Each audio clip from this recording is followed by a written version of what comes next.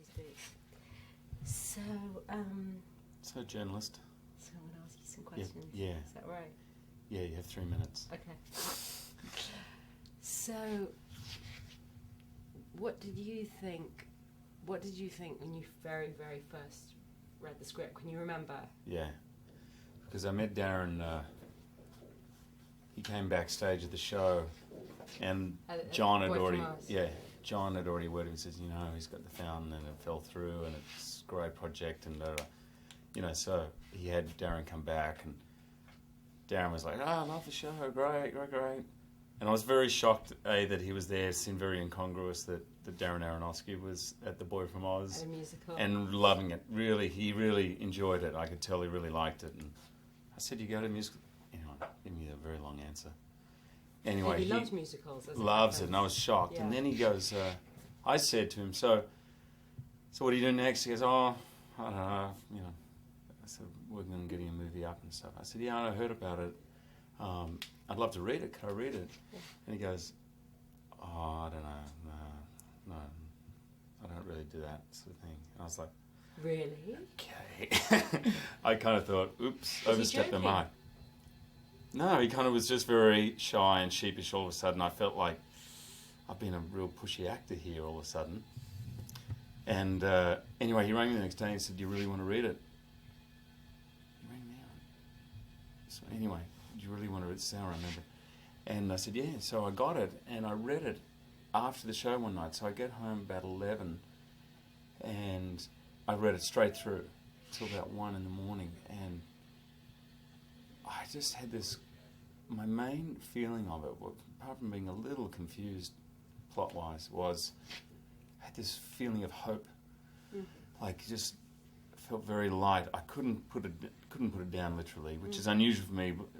Usually, you know, tired, and I was like, well, no, I'm just tired. I'm reading at 11 o'clock at night, and I usually maybe get 20 minutes into something. And so I read it straight through, which is always a good sign. And then I just had this beautiful, I thought there's some message in here that really connects to me. And there were little bits in the script that I really connected with and things I believed in. And you know, I rang Darren the next morning and I said, man, look, I don't want to be presumptuous in that you're going to ask me to do it or anything, but I'll let you know that if you would want me to do it, I'll commit to it now. And I think, actually, I remember saying that and then thinking, shit, I should probably tell my agent I've even kind of read it, you know, before committing to it. Because he was, that was the issue. He was like, when you finish the show? And that's right. And I said, September. He goes, I'm thinking of going in July. And, you know, I've waited years to do it, so.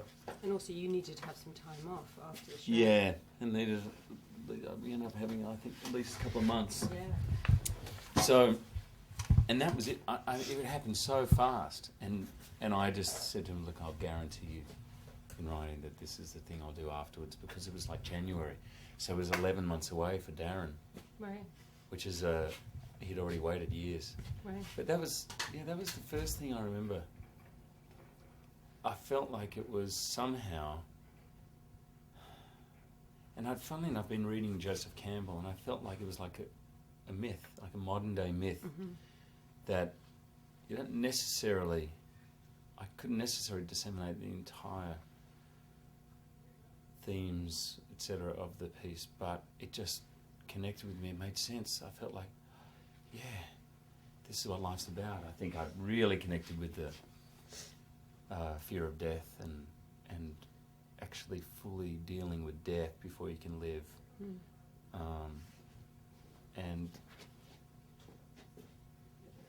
And the quote at the beginning from Genesis, which is something I'd kind of looked at before and always been very interested in, and that whole notion of duality and how our life on earth is going, much of our life has been getting away from the Garden of Eden, and that our embodiment here, human embodiment, is about getting back to the Garden of Eden. So the movie starting with that quote, I was like, whoa, this is sort of weird.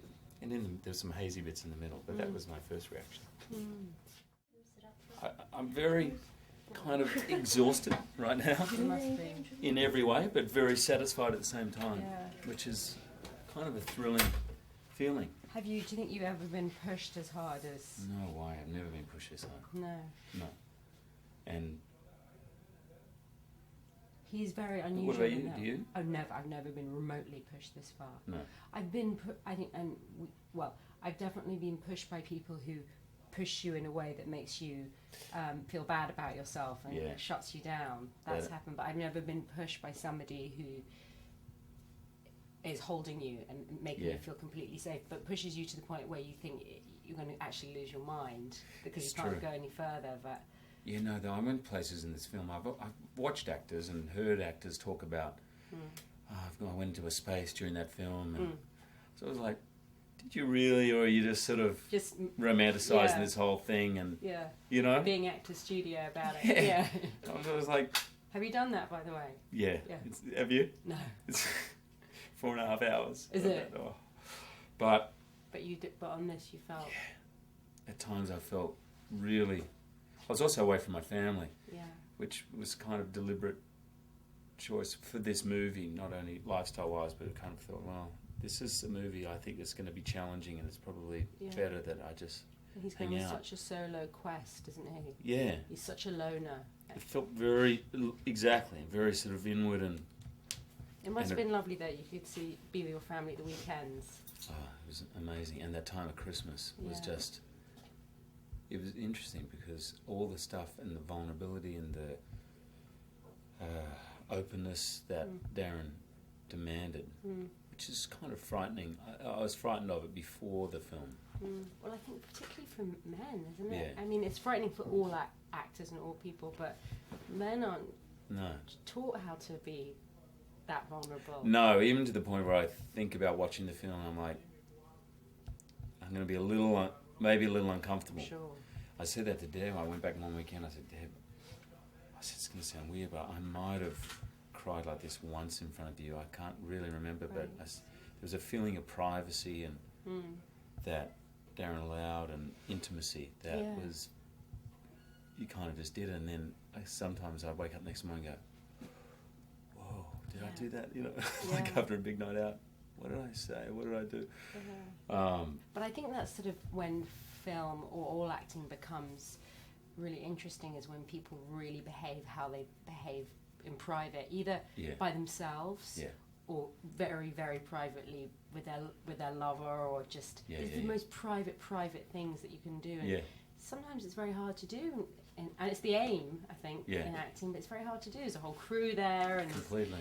You know, it's scary, but this somehow crew was pretty extraordinary too. This crew was extraordinary. Yeah. I felt they supported us in, like when Darren got the Yumi and Nico and Francois, we all did three arms. That's we right. sound like crazy hippies now, but but they were into it. They were totally into it. Yeah. And you know, I said this to you privately, and I'll say it for everyone at MTV. You got great hair. No,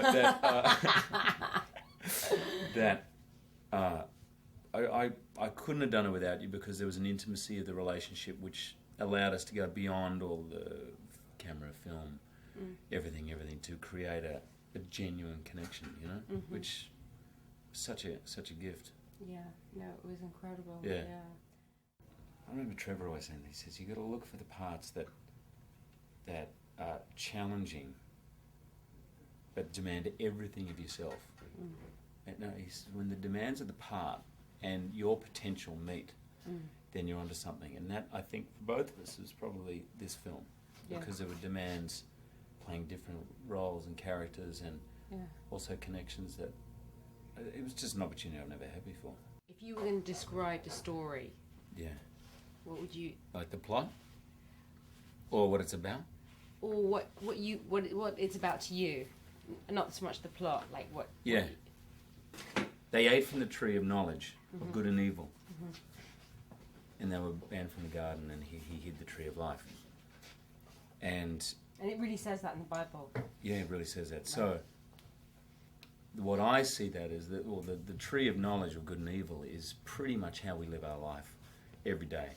There's you, me, actor, actress, boy, girl, dualities, journalist, interviewee, evil, good. Yeah, my career's doing well, badly. Yeah. I'm in love, I'm not in love. Yeah. I'm living, I'm dying. All that stuff, which pretty much infects almost every moment.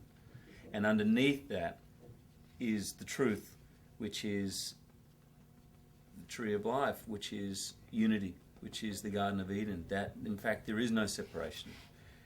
So the experience not only of reading the story, of acting the story, but being in the film are those moments of connection. And it doesn't necessarily last all the time, but like you were saying, as an actor-actress, there was a heart connection, but in truth, there was just one. Yeah. And it probably didn't happen all the time, but there were moments of that. Same with Darren or the group here. And so that, for me, is what the movie's about. That... Which is definitely a breakdown of ego. Of course. Surrender. That's surrender. Yeah. It's... I don't know if I would say that in the press junket. That's what I thought. I'd probably say something about it. Love Maybe story. It's a love story. Sure. It's... Sure. Until you can accept dying, then you can't fully live, which are all pretty much the same thing. Mm-hmm. But I think when you're quiet, when the mind is quiet, you can feel that sense of expansion, and everything in the movie seems to be going from dark to light, from that feeling of closed, even my character Tommy, closed and to expand, about expansion. And by surrendering all our ideas of how we should do things and what's right and wrong, what I deserve, what my wife should give to me, me, all of that. By surrendering all that, there's actually an expansion and a feeling of letting go that happens at the end of the movie. In a weird way, as tired as I am, that's part of the surrender too. That's, I think, why Darren pushes me and you and other actors so hard, because at some point you have to just let go and go for the ride and just enjoy it. And I suppose that's been the experience of the film for me. And you just always connect immediately with whoever's talking to you, whatever moment, whatever you're going through, and it's such a beautiful quality. Yeah, and I suppose... Can you get the fucking camera out? We've gone metaphysical hippie. Yeah, very. This is what Aronofsky does to you. It's true. We're just hippied out here, man. This is a much better interview. Metaphysical Monthly. It's been terrific. Metaphysical Monthly.